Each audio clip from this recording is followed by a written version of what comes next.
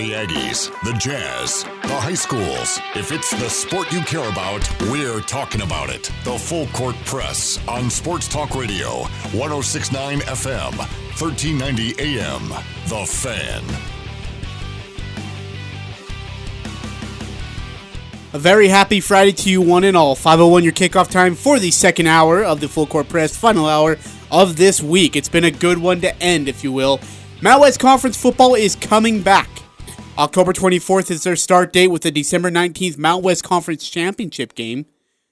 And then after that, you have, along with that, you'll have an 8-game season in 8 weeks. There is no buffer period. There is no, hey, if we have a positive test, we have a week to spare. Nada. 8 weeks, 8 games, with that 8-week being the championship game. A lot to get to. We want to recap and reset some of the other things that we've also talked about in the first hour, and then repeat some of the comments or echo some of the comments from Commissioner Thompson. Eric Frandsen there. I'm Ajay Salvesen. Again, welcome to the Full Court Press on 106.9 The Fan.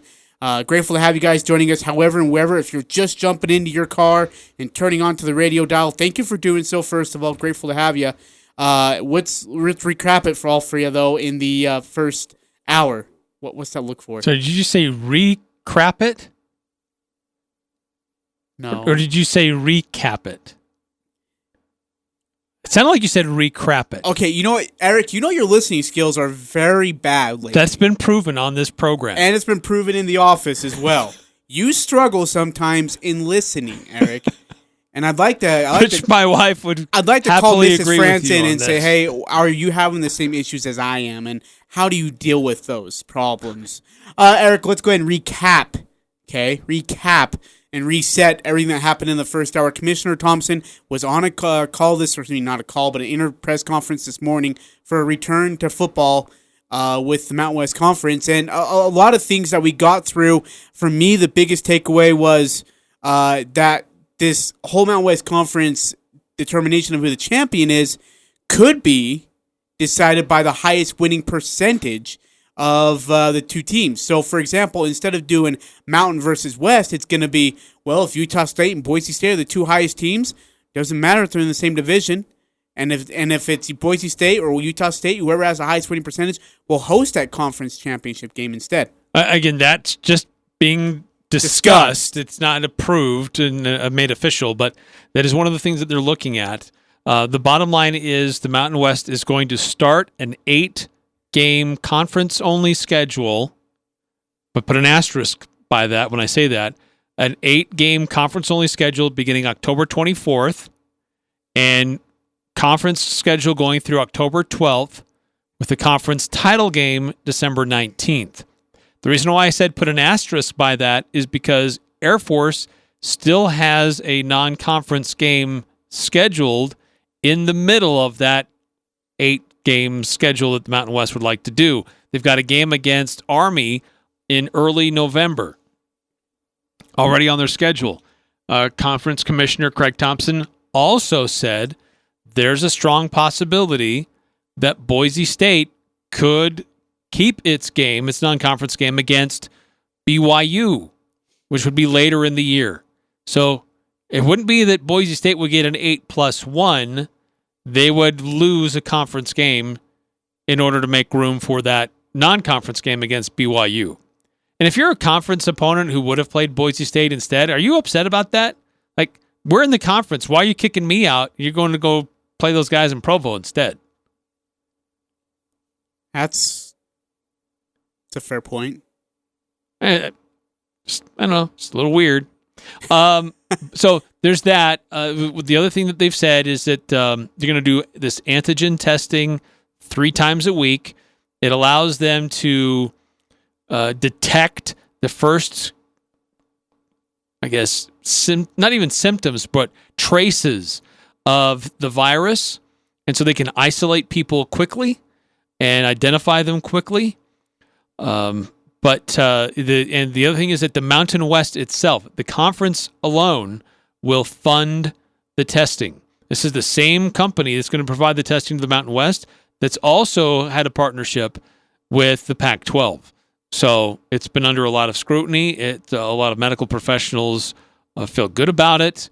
And part of this rapid testing, this quick turnaround, is what's precipitated this dramatic change within the last 7 to 10 days.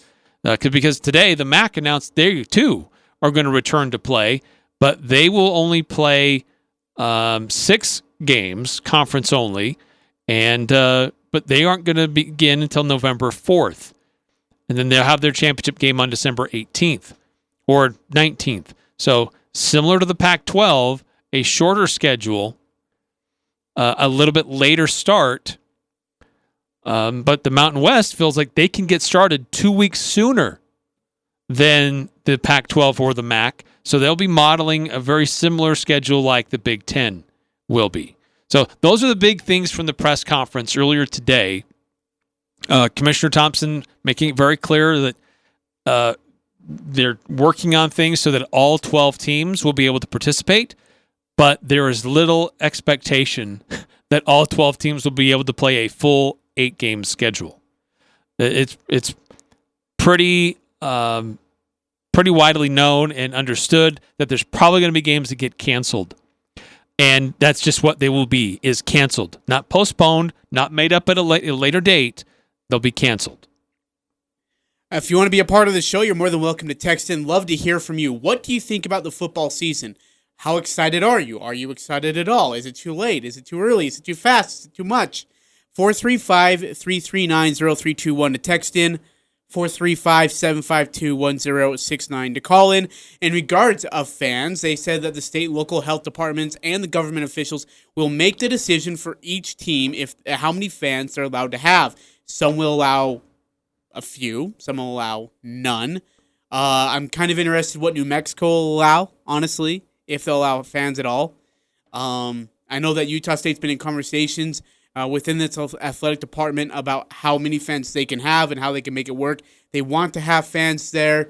That's what they're excited about, but they want to make sure they do it the right way, and they have also been in constant communication with those people that are making the decisions and to be ready to go for that. By the way, the MAC has also announced that they're going to kick off their 6-game football season. That will start November 4th. The Pac-12 starts on November 6th. You brought this up in number one, Eric. We got no leeway here. We start October 24th, and it is 8 games in 8 weeks, and if you miss a game due to an outbreak, tough luck. SOL. You will not be playing that football game, and it counts as a cancellation. Yeah, so Gary Anderson alluded to this earlier this morning when he was on our sister station KVNU with Craig Hislop, talking about there is some concern about soft tissue injuries and trying to rush things. But the thing is that Utah State, at least, they've been able to be doing some workouts. They've been able to be running some drills. They've been able to be in the weight room. They've been doing some developmental type things. But now they get to try to ramp up and get ready for a schedule. But Gary Anderson later in the day, it was actually about an hour ago, talked to the media about what the challenges that his team always faces with getting prepared for a coming season. The spring is really important for a school like Utah State. They need that time to develop young players to understand their positions, bulk them up, because they don't get the 4- and 5-star players. So they have to develop the other players who they have to get into those roles and fill those positions. They didn't have that in the spring. They haven't had the typical weight program in the summer. They've got a truncated fall to get it ready. So it's a real challenge for Gary Anderson and his coaching staff to try to develop a team and get them ready for a fall season. I believe that 3 times a week is good from what I've been told, but I believe that's NCAA guidelines from what I know. And our trainers feel really good about that, and the administration feels really good about that. So I've been educated to.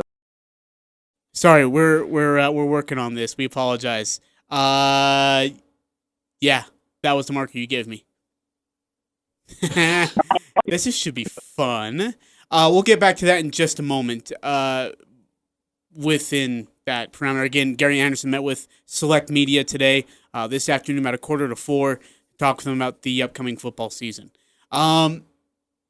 Eric, another thing I'm excited about is in regards of what Utah State looks like in regards of personnel, right? And what development. When you talk about development, what is personnel going to look like? You said in the first hour, this guy gets amped up when he gets to talk about practice and players and who the kids are standing out and where they need to get better at and where he's excited about the most. So do we want to risk trying this one more time? Heck yeah, let's do it. That is marker 10, if I count my fingers right. So let's marker 10 it is. That's exactly part of it, and we will still try to steal some strength work that we may not get in a typical fall camp. Usually we lift them a couple times during fall camp. We're going to lift them 3 times a week during fall camp this year. It's different because they're in school, so they're not with us all day long. So the time that they spent with us is not what it would usually be within a fall camp. And so we'll adjust to all those things. But the problems and the issues and the dilemma that we're dealing with being a developmental program. F this show. Marker 10. Well, we did get the chance to hear what he said about my previous wait, lead-up, which was about the development. Okay, so that was about development, right? So I just interrupted development. Let's move on to players. This is stupid. This is why you should run the board. Well, depth is always, as you go through camp and you get to your first game, you know exactly what your depth is. But the key position battles I look at that I feel really good at running back. Jalen Warren and DHC have done a great job. John Gentry, Makakona, we got some really good depth at running back, and I feel good about that. The offensive line is got some battles going on for that starting position right now, so we'll see how that all filters out. We haven't even been in pads yet, so but I think hopefully we can get to 8 quality guys in that situation. That's always kind of the way you feel. Quarterback, we got a battle, and we got 2 really good players going about it. And Andrew is doing a good job, and Shelley's doing a good job, and they're battling through the offense. But we've got to get Pat on again to go. But we're going to need both those quarterbacks. Wide receivers the same way. A lot of competition, a lot of guys fighting for those spots. I like where they're at. And on defense, I would say as a whole, I feel good in the back end. Middle linebackers, a great fight, and we've got about 4 or 5 guys that are fighting for those starting roles, but we feel like we've got to have 4 of those guys that can rotate. Outside backer-wise, we feel fairly settled in that situation with the 2 young men that are playing out there, and Elijah Shelton is doing a great job with Nick Henniger at the B-backer position, and Troy is our F linebacker. He's one of our best players, and that is his position. The D-line is a concern. We need to get better. We need to get tougher. We need to work harder, and we need to grind at it. And that's a position that once we get the pads on, we'll see where we're at. But Frank, they're in good hands with Frank Miley, and we'll see. And I'm right now I'm cautiously optimistic with the specialists too. I think we're punting the ball well and kicking the ball well. So excited to see where that goes. But again, this is overall it's a team that is a developmental team, and when you're a developmental team, we're always going to be a developmental team. I take great pride when I say that. That's who we are. And that is being said, you need to get through camp before you know who you are as a football team. That was a 2-minute and 2-second answer. If that doesn't tell you enough about how pumped up Coach A is about this, I don't know what to tell you. That's pretty awesome. He is excited about that defensive backfield. Troy LaFredge Jr. This kid was a freshman last year, comes in and is just, you could see it in spring ball. Aggressive, willing to put the helmet on the helmet to you, willing to go right after you, doesn't matter how big you are. And now he says he's one of the best defensive players on that side of the ball. That's pretty impressive to me, Eric.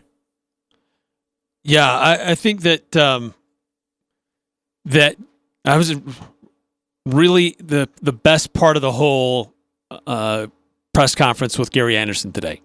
Him talking about his team and the depth and the position battles. And that's going to be fun to see how it plays out. And they're going to have a scrimmage next Friday. That's going to start to see players separate themselves. But that backfield, I think that's going to be a strength for Utah State. A lot of experience, a lot of talent. There's some good players at the linebacker, but that defensive line is a big question mark. They lost some good players. Who's going to be back? I'd like to hear what's going on with the quarterback situation. It's not just hey, here's the transfer. Here's your we're just going to give it to you. I think that if Henry Colombi was still here, it would be maybe even more of a battle for Colombi to lose than it would be for Shelley to just have. But it's encouraging to hear that Peasley's given him a run. I think that's good. and that there's some depth and some good battles going on with the wide receivers and the running backs. So there's things that I'm encouraged about to hear from Gary Anderson talking about his team before he really has had to put them through a lot of drills yet.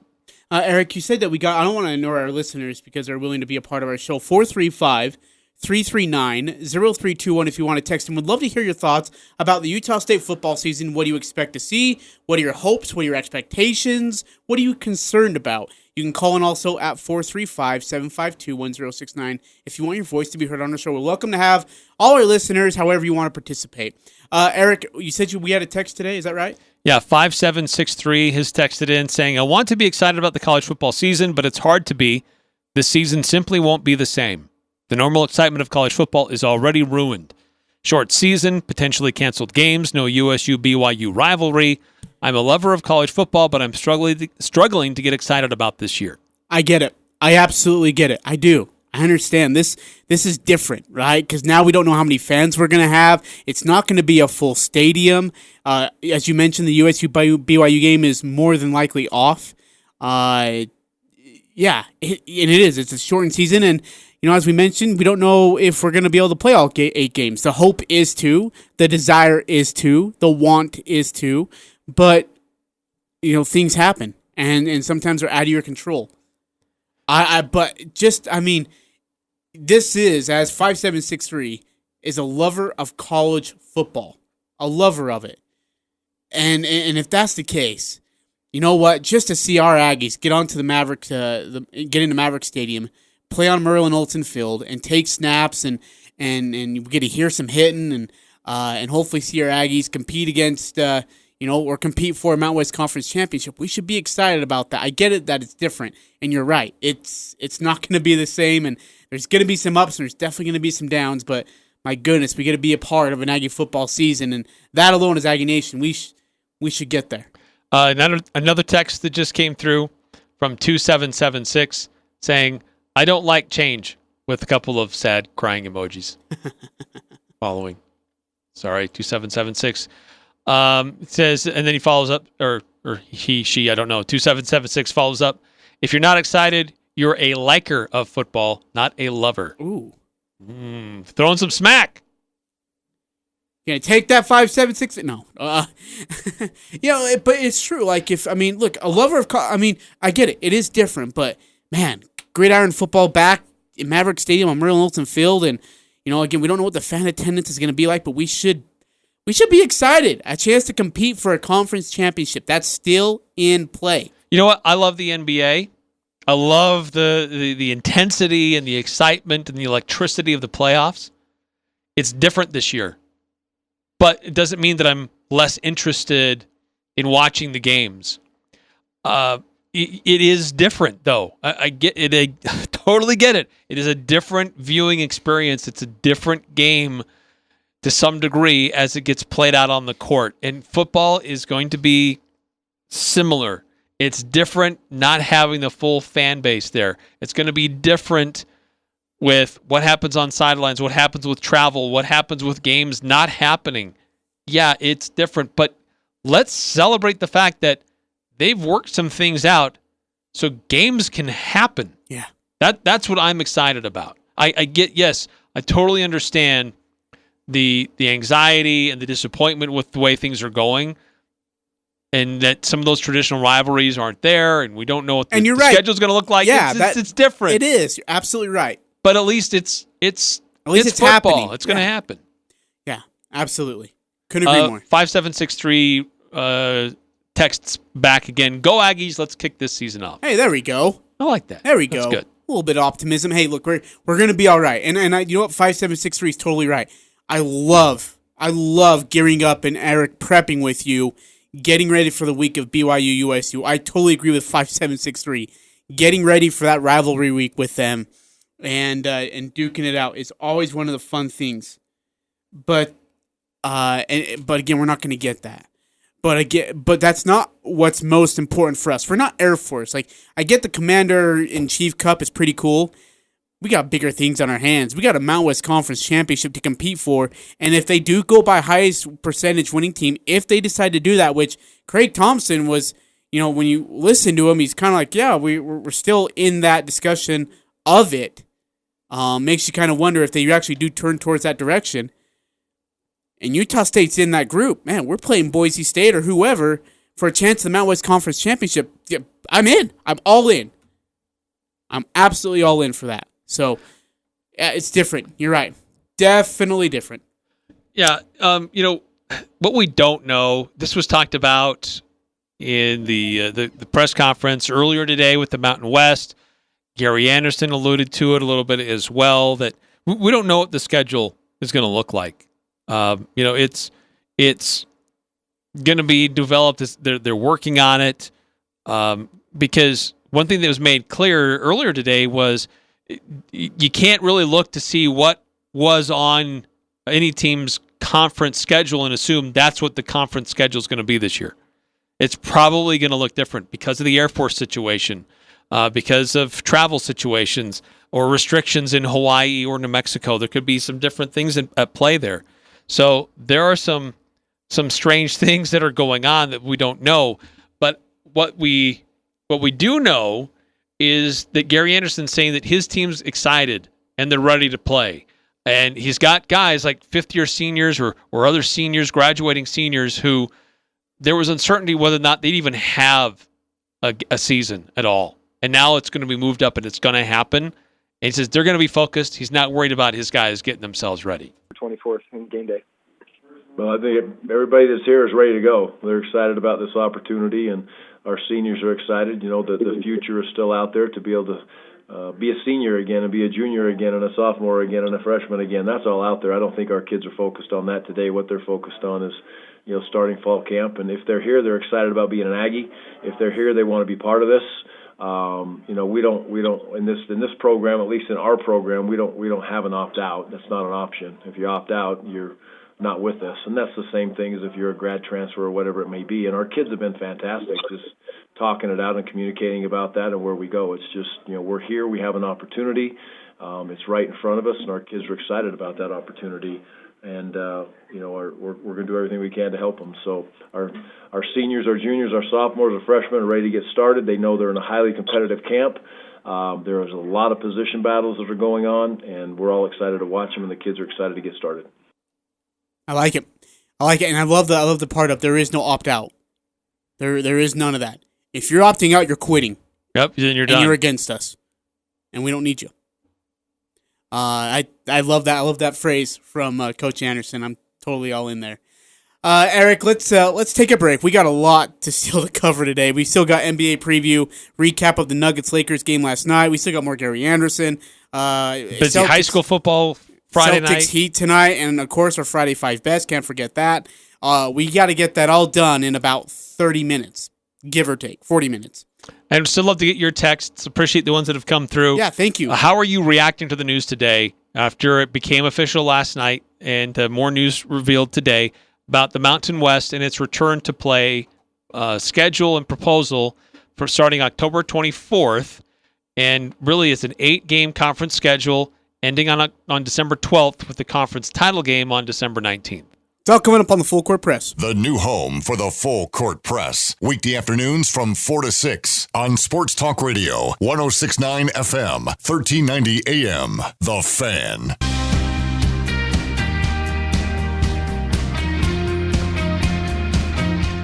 It's Eric Frandsen. It's Ajay Salvesen. It's 106.9 The Fan. The Full Court Press. 5:28 your time as you get you ready to wrap it up for a weekend. Eric, a great way to end the week to be able to have college football. John Russell texts into the show, former Full Court Press alum, and always welcome to our show. We love John Russell.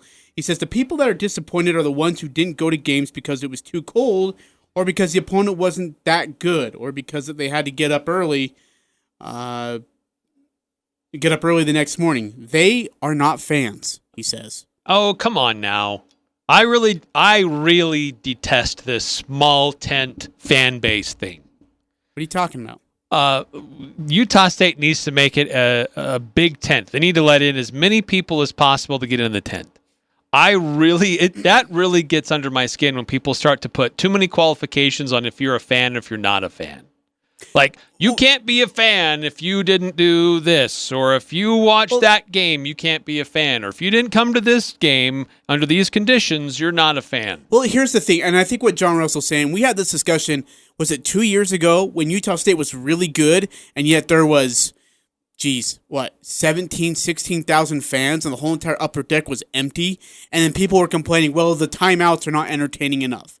Well, it was still pretty cold, even though it was sunny and clear. Yes, those complaints are bothersome. Yes, but we shouldn't be getting after them so much. They're like, well, fine, I don't want to be a fan. I mean, Utah State is not in a position where they can afford to just be petty over who is and who isn't a fan. But I do get his point. I mean, and there's some fans, look, if it is a big-time game, which Utah State's had a few of them, and they don't show up for various reasons, you don't have a lot to speak on. I mean, go ahead. 2776 is texted in. I think sorry, I'm calling all of you he. Maybe you're a she. Did you say it and just go? 2776 says, I think he's just looking at the excuses for people not attending. Don't forget the deer hunt, pigeon hunt, scout camp, late night, can't bring my own drinks at all. Yeah, there has been a long history of whining or various reasons people give for maybe not attending as many games. But really what it illustrates is that the Aggie fan base isn't as big as we would all hope that it would be. And it's a he, by the way, so you're right. Okay, thank you. But it illustrates that the Aggie fan base isn't as large as we would all hope and maybe even expect that it is. So when something comes up that distracts a portion of that fan base, it's pretty clear. So really what needs to be happening is encouraging that fan base to grow. Invitations for more people to come and watch and participate. Okay, so... not making people feel guilty and silly for not... Eric, we did that 2 years ago. You and I did that 2 years ago. We made people feel guilty for not going to these games. I know. I mean, it's a tough line to walk. I understand, and I've not always done my best at that. Because you want to say, look, it's just a great product on the field. Come watch it. You're going to enjoy it. It's a great program. It's worth your time and your money. But there are also times where it's like, this is not a great team. But Eric, if you want to go wasn't the case the last 2 years. Else, I'm not going to fault that wasn't the case the last 2 years. The last 2 years, we've had good football and good basketball teams, good football teams. Honestly, like 2 years ago, we were setting records at a record pace. An offense that was putting up an average of 40 freaking points or whatever it was per game. Yeah. And so then people were making excuses for not coming to these games. Last year, they weren't. The quality of opponent wasn't good. Yeah, well, and then 2008-19, they weren't as good, but they were still competing. Yet not enough. I mean, not a lot of fans were attending for various reasons. And so we've had the quality of product, and I agree with 2776. I agree with John. I think sometimes we do have those fans who are complaining about the games, but yet don't even go in the first place. So what are you talking about? True. Those fans are usually the ones who are the loudest complainers anyway. But, I mean, you should be going to see your team because it's your team. Not because the opponent, not because of some history or some storied rivalry. You should be going to support your team. But I understand there's some people that it's new. Maybe they're from out of the area. They've grown up watching another team who's had a lot of success, and they want to experience it here. Is this team going to let them down? Certainly there's been a lot of that over the years.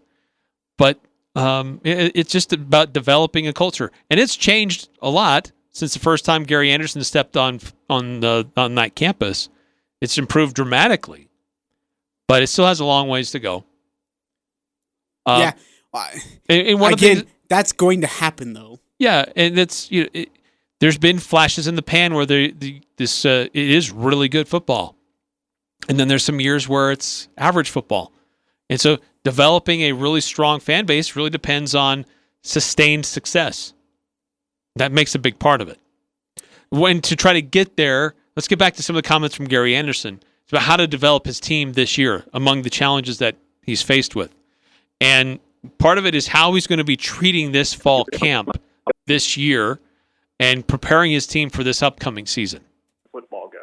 Well, there's just a lot of education. We have had a couple opportunities to be on the field a little bit the last couple of weeks, which has really helped from a conditioning standpoint, and sure, from a football mentality and understanding, it's helped also. But the biggest thing for us is we sit back and we look at it and say, okay, we have those 29 practice opportunities. It's far from normal. It's not what it would be. Kids aren't in shape. They're not as strong. They're not as sharp mentally in a football standpoint of where they would be if they would have had spring ball and all of summer and all the strength and conditioning. Typically this time of the year, they're as strong as they ever are. They're never stronger than they are when they walk into football camp to start prepare for the season. Well, that's not the case right now, and that's the case for everybody. So no one can sit back and say, this is just going to be a normal camp. What you really worry about more than anything is just the soft tissue injuries, hamstrings, calves, quadriceps.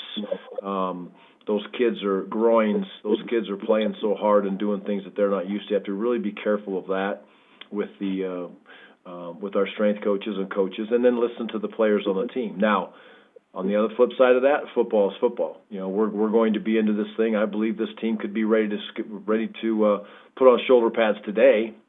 But we are not allowed to do that because of NCAA rules. So we are going to scrimmage on the first available date that we can, and that is going to be Friday for us. I suppose we could do it a day early, but I don't believe in scrimmaging when we haven't, had full pads on for at least a day prior to that. So we will scrimmage on Friday, and we will be physical, and we will scrimmage 3 times in camp. We're being asked to play football, so we're going to prepare to play football. And then we'll see where that all takes us. But if you're going to play tackle, you got to tackle. Or if you're going to play football, you need to tackle and take advantage of those opportunities every time you get the chance to do that. Again, they're going to have 100-plus play scrimmage next Friday. Is that what he said? Next Friday is what he's planning. So he's got a week, and he's going to ramp it all up, and then boom, Friday they're going to have a scrimmage. And as long as we're invited to the press conferences, we'll get you audio. We'll come back with that audio. Eric did a great job today of getting it for us, and as he's part of the select media to be invited to that press conference. Awesome stuff from Coach Anderson. Just the last thing, Ajay, on this and from Gary Anderson, and we can move on to some other things. But as you could imagine, as a head coach who's trying to manage and lead a lot of young men and try to figure out what their plans are and what's their future going to look like, it's been a challenge for Gary Anderson and this coaching staff. There's been ups and downs, uncertainty. Are they going to come back? Oh, we're going to roll it back. But maybe there's some glimmer of hope that we can come back. So it's been an up and down couple of months for the Aggie football coaching staff. And in the process, Gary's learned a few things along the way. So interesting to hear his comments on that. How much of an emotional roller coaster have the last couple of months been, and how much have you learned as a coach during that time span? Well, it's been very up and down for sure. And it has been a roller coaster, and not so much emotionally necessarily for myself and for the coaches, but for the kids. And I think if you ask me what I've learned is down those lines, I go right back to the young men in the program is learning to understand the ups and downs that have come with this, the frustrations of communication, what we've been able to tell kids and then it hasn't come true. Those things are very, very tough, and to deal with when the inconsistencies are consistently there as we've gone through time. That's been really, really hard for all involved, but especially, again, for the young men. So what I've learned is patience. What I've learned is to understand that there is curveballs, and really, quite frankly, there's no one to point the finger at to say, well, this was wrong, that was wrong, we should have known this, we should have known that. It's a pandemic, so it's uncharted waters. There's no map, there's no recipe for success, or here's the steps to follow. So, the ups and downs of the pandemic have been frustrating at times, but we've grown through them, and so patience, understanding, be prepared to handle the next curveball that comes at you, and what today is normal may not be normal tomorrow. So those are some things we've learned, but I think it's made us stronger. I think it's kind of brought us together, as a football team, and we've got a group of young men that look at this now as an opportunity that they didn't have, and it's fun to see that in their eyes. Yeah. Eric, really good thoughts there from Coach A. I kind of wonder there was a question of after the season last year, is he too tired? Is he exhausted? Does he want to keep doing this? Maybe this was too much for him to be the head coach at Utah State. Maybe he should have stayed in Utah, so on and so forth. When I listened to this press conference, and I listened to the one with Craig Hislop this morning, the interview on KVNU, he sounds re-energized. He sounds upbeat. He sounds ready. Like he's ready to just go here. Gary Anderson is a very driven person. And he's a guy, he's made this comment multiple times, who loves to have a plan, execute the plan, be successful at the plan. And this whole coronavirus has been really hard on him and people who live their lives that way because there's so much uncertainty. We don't know. It keeps changing. So the fact that there's a plan, there's a roadmap, something to work toward, I think is a really, really good thing for him and his football team. And he's excited to get to work and get his guys on the field working. And, I don't know how good this Aggie football team is going to be this year. There's a lot of big question marks about some key positions. But this is a guy who's excited and ready to go to work and try to mold this team in as short amount of time as he can. So is Utah State going to battle and be in position to win the conference title? Probably not. But they're going to try to go out there and play hard and develop some guys and maybe make some heads turn. Eric, heads turn. I don't count this Aggie team out of the Mountain West Conference Championship conversation based on the fact that we don't know who's going to play on the other teams.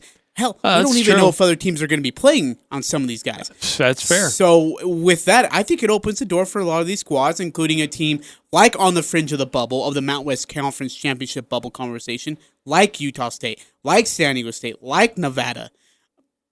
Give them an opportunity. I mean, I think they're going to make some noise. And again, if we go by the two highest winning percentages, who's not to say they're going to be there? Yeah, sure. Hey, Eric, before we go to break, we're going to get to the 5 best NFL, but my boy, Ronald Acuna Jr., you might know him. He plays for the Atlanta Braves.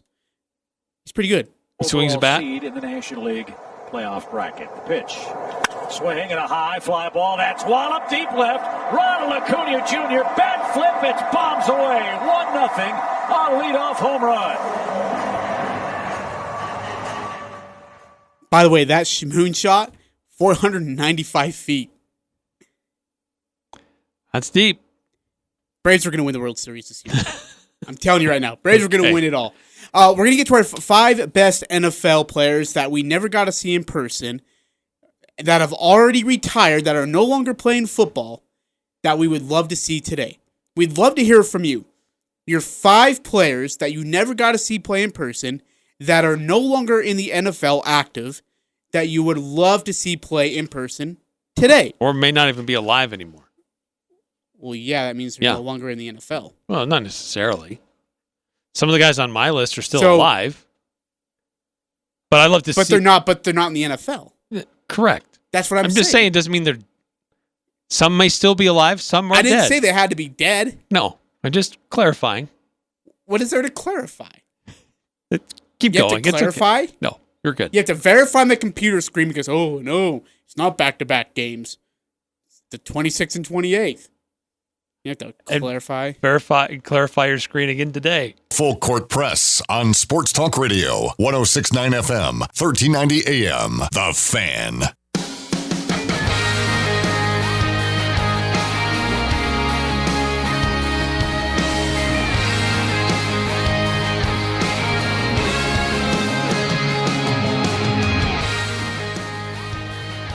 Good evening, everybody. Again, it's the Full Court Press, 5:46 your time here on 106 and The Fan. It's Eric Frandsen. I'm Ajay Salvesen. Thanks for joining us so far in the 2 hours of the Full Court Press. Grateful to have had you. We'll be back for a Monday as well. Don't forget, we'll have more Utah State football news for you. We'll have more college football news. We'll to put a cap on it Monday. We recap the whole entire weekend, and it'll be a lot to get to.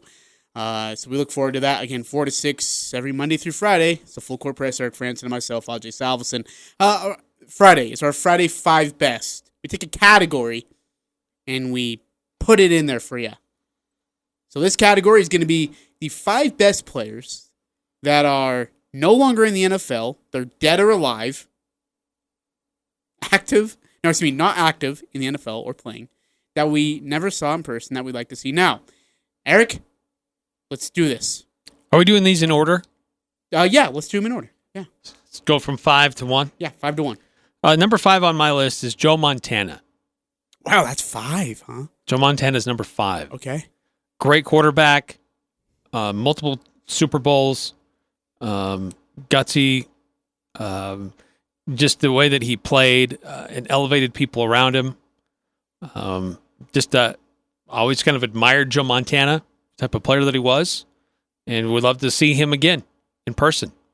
Joe Montana, number 5. For me, number 5 is going to be Mr. Primetime, also a member of the Niners for 1 year. He played for the Falcons and then the Cowboys, and for the Atlanta Braves, too. Deion Sanders was incredible, man. No one could match up Jerry Rice like Deion Sanders could. No one could match up Michael Irvin like Deion Sanders could. No one could match up Andre Rison like Deion Sanders could.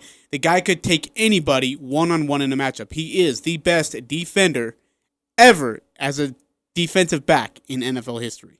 Now he's going to be a head football coach. He is at Jackson State, right? Yeah. All right, number 4. You'd mentioned him, and he's number 4 on my list, Jerry Rice.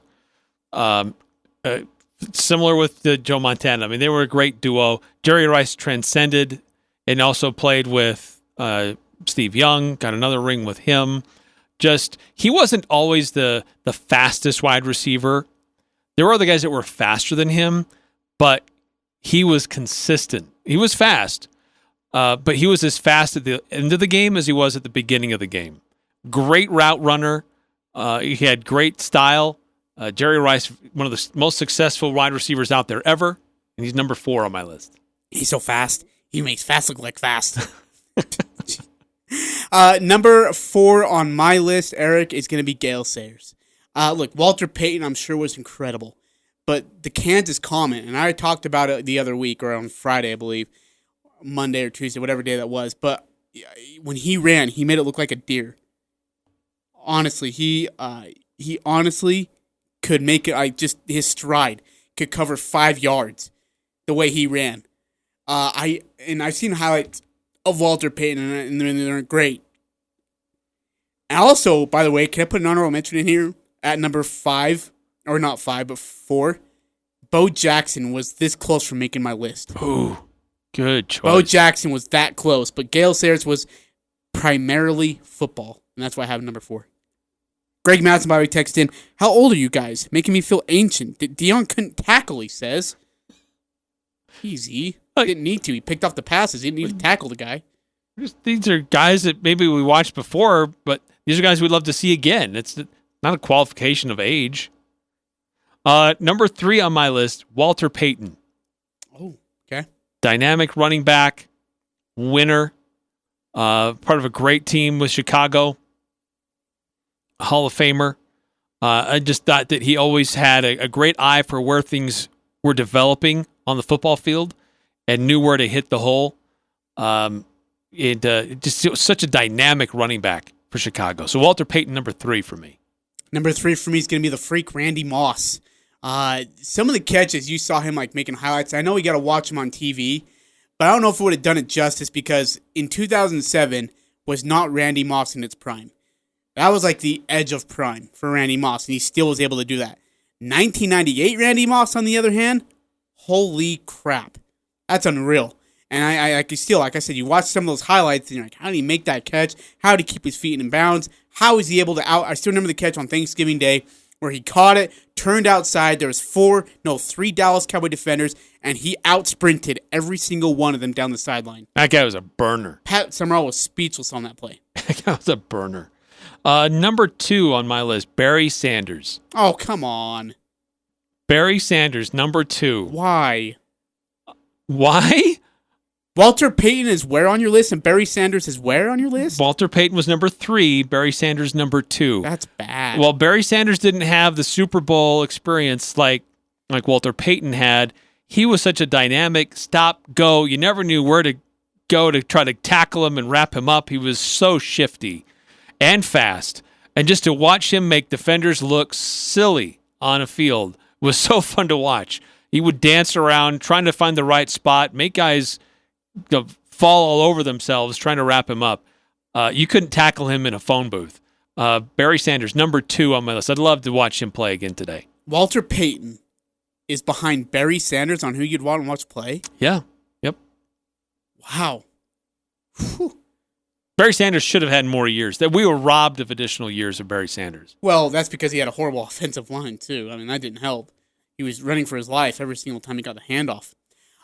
Eric, number 2 for me. This is when it's really, really, really tough for a myriad of reasons. Number 2 for me, though, is going to be Dick Butkus. I always loved, back when football was like, hey, I can clothesline you and there's no penalty.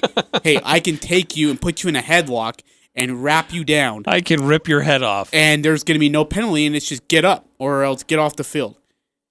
Dick Butkus, the highlights I've seen of that guy, oh my gosh, I'd love to watch him play football with the rules being of old. Love to watch him play football. I'd do anything to watch Dick Butkus on the field with the old rules standing and him playing football. Jim Brown said there was 3 guys he was scared of on the defensive side of the ball.